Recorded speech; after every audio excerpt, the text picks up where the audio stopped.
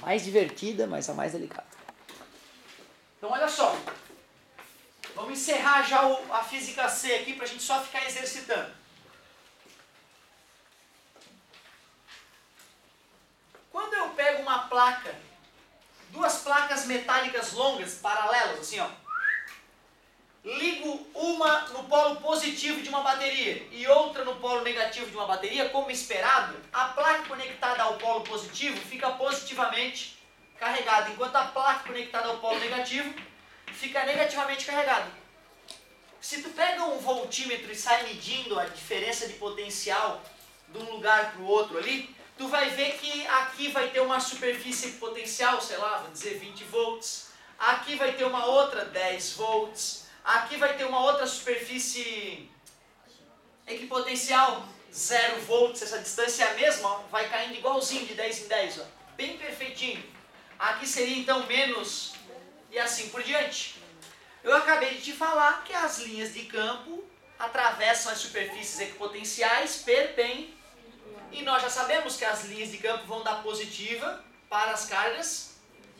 Para que as linhas de campo atravessem perpendicularmente as superfícies equipotenciais, elas têm que ser paralelas também. Concorda comigo? Essa situação é uma situação muito comum, existe em todos os aparelhos eletrônicos. E a gente precisa então deste campo especial organizadinho. Ele é chamado de campo elétrico uniforme. Campo elétrico, porque é gerado pela presença de cargas elétricas. Uniforme. Por que uniforme mesmo? Porque ele é igual. Quer dizer que se aqui o campo elétrico é, vamos supor, 1000 newtons por coulomb. Aqui quanto é que ele vale? 1000 newtons por coulomb. E ali, tá vendo? A DDP é diferente, a voltagem é diferente, mas o campo elétrico é igualzinho em todos os pontos. Nessa situação especial, dá para fazer uma relação entre o campo elétrico e o primo dele, ó, o potencial elétrico. Olha para as fórmulas, cara. O que uma tem que a outra não tem? Além do vetorial, ótimo. Agora vamos olhar só para a parte algébrica mesmo. O A ao quadrado, né? Vocês concordam que se eu multiplicasse o campo elétrico por D, ia ficar igualzinho a fórmula do potencial? Dá vontade de dizer que V é igual a E vezes D. Concordam? Só que isso só é válido para campo elétrico. Como nessa parte eu também estava meio cabreiro logo que eu aprendi isso no terceirão, no final do terceirão. O cara mostrou essa fórmula, deu um alívio. Tem mais uma fórmula então para fazer as questões que eu estava me arrumando todo. E eu saí usando a fórmula que nem um doido e errando tudo. E só depois é que eu me toquei que essa fórmula só pode ser usada entre placas paralelas carregadas, não é em qualquer questão. Só se o cara te afirmar que o campo elétrico é uni.